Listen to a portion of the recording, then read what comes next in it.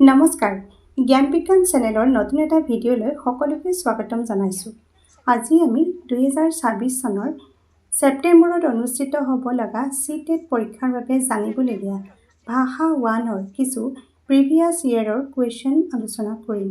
2026 চনৰ 8 ফেব্ৰুৱাৰীত অনুষ্ঠিত হৈ যোৱা CTEt পৰীক্ষাৰ অসমীয়া বিষয়ৰ এই প্ৰশ্নোত্তৰসমূহৰ আলোচনাই আপোনালোকক নিশ্চয় উপকৃত কৰিব। আহকচোন আমি ভিডিঅ'টো আৰম্ভ কৰোঁ। আমাৰ প্ৰথম প্ৰশ্নটো হ'ল অংকিতাই 6টা বেলেগ বেলেগ ভাষা বুজি পায় আৰু ক'ব পাৰে। অংকিতা এগৰাকী, ইয়াত অপশ্যন দিছে 4টা, ভাষাবিদ, দ্বিভাষী, বহুভাষী, একভাষী। ইয়াৰ শুদ্ধ উত্তৰটো হ'ব অংকিতা এগৰাকী বহুভাষী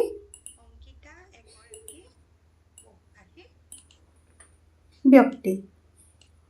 এতিয়া আমি বহুভাষী বা বহুভাষিকতা মানেনো কি? বহুভাষিকতা বুলিলে এজন মানুহে দুটাতকৈ অধিক ভাষা ক'ব পৰা দক্ষতা বা কৌশলকে বুজা যায়। মানুহে দৈনন্দিন প্ৰয়োজনীয়তাৰ বাবে এটা ভাষা শিকে, কিন্তু কেতিয়াবা ৰাজহুৱা জীৱনত ভাৱৰ আদান-প্ৰদানৰ বাবে দুটা বা ততোধিক ভাষা শিকাৰ প্ৰয়োজনীয়তা আহি পৰে। আনুষ্ঠানিক বা অনানুষ্ঠানিকভাৱে যেতিয়া মানুহে দুটাতকৈ বেছি ভাষা শিকে, অৰ্থাৎ দুটাতকৈ বেছি ভাষাৰ গৰাকী হয়, তেতিয়াই তেওঁ বহুভাষী বোলা হয়। গতিকে অংকিতাই একেলগে 6টা ভাষা বুজি পায় আৰু ক'ব পাৰে, গতিকে অংকিতা এগৰাকী বহুভাষী। আমাৰ পিছৰ প্ৰশ্নটো হ'ল ভাষা মিশ্ৰণ, ভাষা সঞ্চৰণ, শিশুৰ ভাষা, গুপ্ত ভাষা আদি বিষয়সমূহ পঢ়িবলৈ আগ্ৰহীজনে তলৰ কোনটো বিভাগত অধ্যয়ন কৰিব? ইয়াতো 4টা অপশ্যন আছে, নৃতত্ত্ববিদ্যা, সমাজ বিজ্ঞান, সমাজ ভাষা বিজ্ঞান, সাংস্কৃতিক মনোবিজ্ঞান।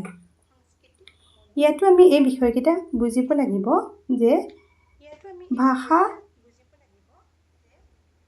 মিশ্ৰণ, ভাষা সঞ্চৰণ, গুপ্ত ভাষা ইত্যাদিনো কি? ভাষা মিশ্ৰণ হ'ল যেতিয়া কওঁতাজনৰ ভাষাত ভাৱ প্ৰকাশত শব্দৰ অভাৱ ঘটে, তেতিয়া তেওঁ আন এটা ভাষাৰ আশ্ৰয় লয়। কথাৰ মাজতে মূল ভাষালৈ ঘূৰি ঘূৰি আহে।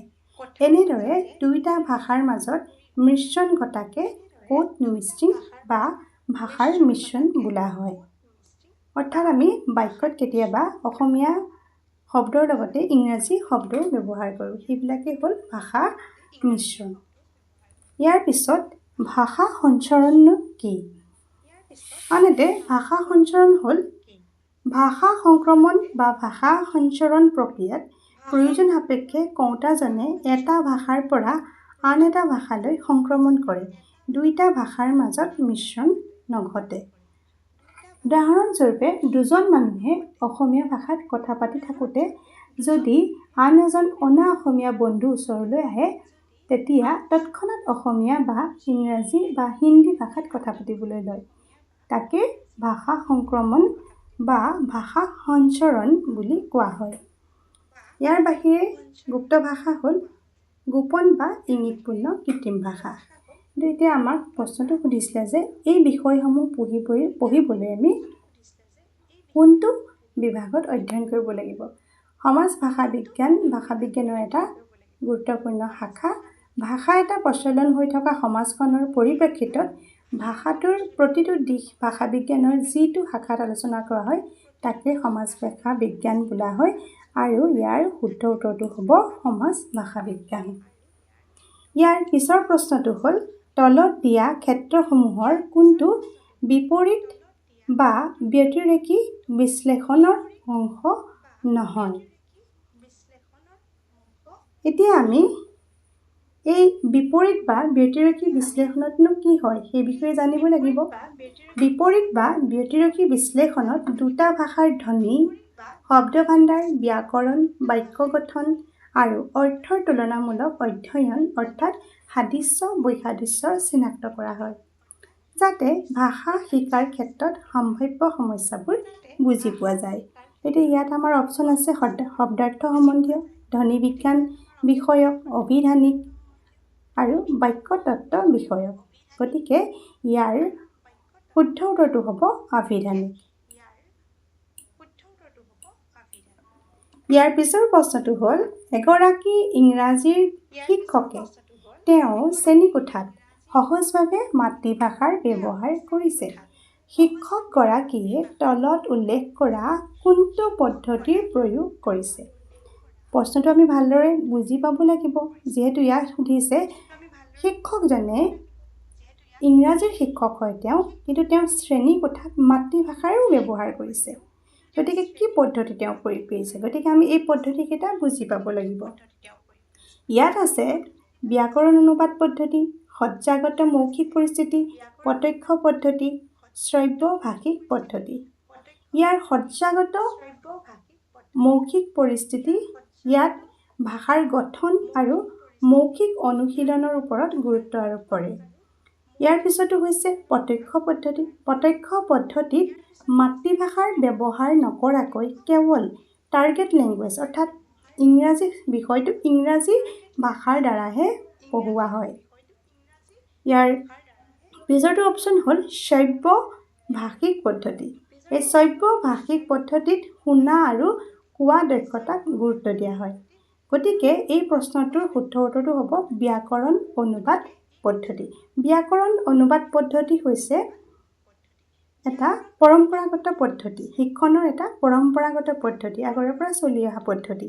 এই পদ্ধতিত মাতৃভাষাৰ সহায়ত টাৰ্গেট লেংগুৱেজ বা ইংৰাজী ভাষাটো শিকোৱা হয়। অৰ্থাৎ অসমীয়া ভাষাৰ সহায় লৈ আমি ইংৰাজী ভাষাটো ছাত্ৰ ছাত্ৰীক শিকাওঁ। গতিকে ইয়াৰ শুদ্ধ উত্তৰটো হ'ব ব্যাকৰণ অনুবাদ পদ্ধতি। ইয়াৰ পিছৰ প্ৰশ্নটো হ'ল তলত দিয়া কোনটোৰ দ্বাৰা ফলপ্ৰসূভাৱে কণ্ঠভংগী বা কণ্ঠস্বৰৰ প্ৰকাশ বিচাৰ কৰিব পৰা যায়? ইয়াতো 4টা অপশ্যন আছে। শব্দৰ চয়ন, কণ্ঠৰ সুৰ, মাত বা কণ্ঠধ্বনি, কণ্ঠৰ গতিবেগ। ইয়াৰ আমি শুদ্ধ উত্তৰটো হ'ল কণ্ঠৰ গতিবেগ। এই কণ্ঠৰ গতিবেগ বা সঠিক গতি হৈছে ইয়াৰ শুদ্ধ উত্তৰ। ইয়াৰ লগতে শুদ্ধ উচ্চাৰণ, উপযুক্ত স্বৰাঘাত, স্বৰৰ উঠা নমা, আৱেগৰ সঠিক প্ৰকাশ, উপযুক্ত বিৰামৰ দ্বাৰাও কণ্ঠস্বৰৰ প্ৰকাশ বিচাৰ কৰিব পাৰি। আমাৰ এটা প্ৰশ্ন থাকি গৈছে 95 নম্বৰ প্ৰশ্নটো হ'ল কোনো ধৰণৰ বিশদ বিৱৰণ নকৰাকৈ চমুকৈ মূল কথাখিনি নিৰ্ভুলভাৱে উপস্থাপন কৰি লিখিব পৰা দক্ষতাটো হৈছে।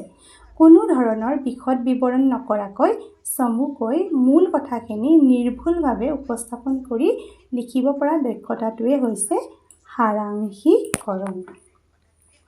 গতিকে আমি এতিয়ালৈকে 6টা প্ৰশ্ন আলোচনা কৰিলোঁ। ইয়াৰ পিছৰ প্ৰশ্নটো হ'ল একোটা শ্ৰেণীত ছাত্ৰ ছাত্ৰীক বহিবলৈ দিয়া স্থানসমূহৰ সালসলনি কৰা উচিত, কাৰণ এনে কৰিলে আমি সচৰাচৰ শিক্ষক হিচাপে শ্ৰেণীকোঠাত ছাত্ৰ ছাত্ৰীসকলৰ স্থান সালসলনি কৰিবলৈ কওঁ। ইয়াৰ 4টা কাৰণ দেখুৱাইছে যে ভিন ভিন গোট গঠন কৰিব পৰা যাব, জোৰ পাতিব পৰা যাব আৰু সহজে সমগ্ৰ শ্ৰেণীজড়িত কাৰ্য কৰোৱাব পৰা যাব। দ্বিতীয়তে কৈছে ছাত্ৰ ছাত্ৰীবোৰে সিহঁতে য'তেই যেনেকৈ বহিব বিচাৰে তেনেকৈ বহাৰ স্বাধীনতা পাব। শিক্ষকগৰাকীয়ে তেওঁ শ্ৰেণীকোঠাটোৰ গুণ বৰ্তাই ৰাখিবলৈ সুবিধা পাব। ছাত্ৰ ছাত্ৰীবোৰক স্থায়ী বন্ধুত্বৰ গোট গঠন কৰাৰ পৰা বিৰত কৰিব পৰা যাব। আমাৰ ইয়াৰ শুদ্ধ উত্তৰটো হ'ব যে ছাত্ৰ ছাত্ৰীবোৰে সিহঁতে য'তেই যেনেকৈ বহিব বিচাৰে তেনেকৈ বহাৰ স্বাধীনতা পাব।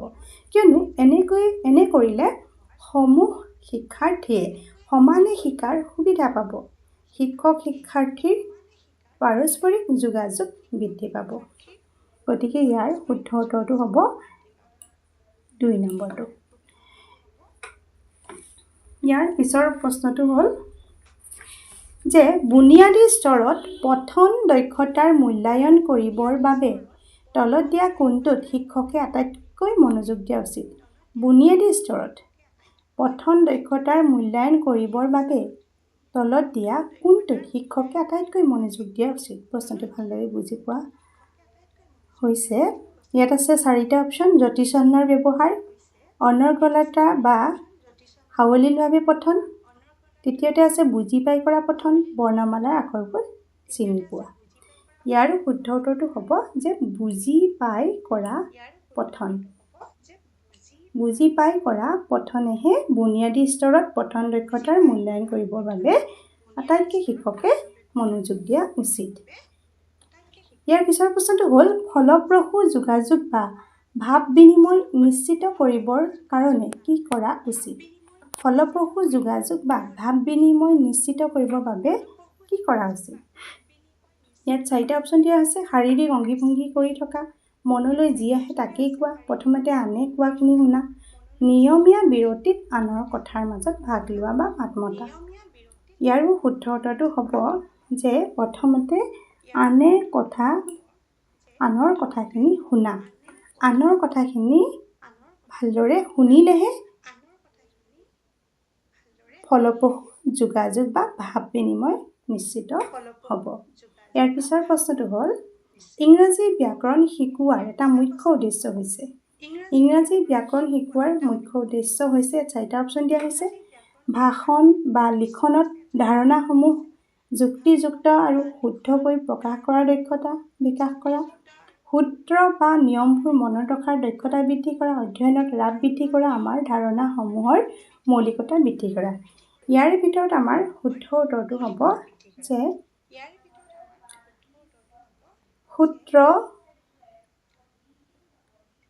সূত্ৰ বা নিয়মবোৰ মনত ৰখাৰ দক্ষতা বৃদ্ধি কৰা। কিয়নো ইংৰাজী ব্যাকৰণ শিকোৱাৰ মুখ্য উদ্দেশ্য বা ব্যাকৰণ শিকোৱাৰ মুখ্য উদ্দেশ্য হৈছে পঢ়া, লিখা, কোৱা আৰু শুনা। এই 4টা ভাষাগত দক্ষতা উন্নত কৰা আৰু ভাষাৰ নিয়মসমূহৰ জ্ঞান লাভ কৰা, যোগাযোগৰ দক্ষতা বৃদ্ধি কৰা, শুদ্ধ উচ্চাৰণ, শুদ্ধ বাক্য গঠনৰ দক্ষতা বিকাশ কৰা। গতিকে আজিলৈ আমি মাত্ৰ 10টা প্ৰশ্নহে আলোচনা কৰিলোঁ। পিছৰ ভিডিঅ'সমূহত আমি পৰৱৰ্তী প্ৰশ্নসমূহৰ আলোচনা কৰিম। গতিকে চেনেলটো আমাৰ ছাবস্ক্ৰাইব কৰি থ'ব। ধন্যবাদ।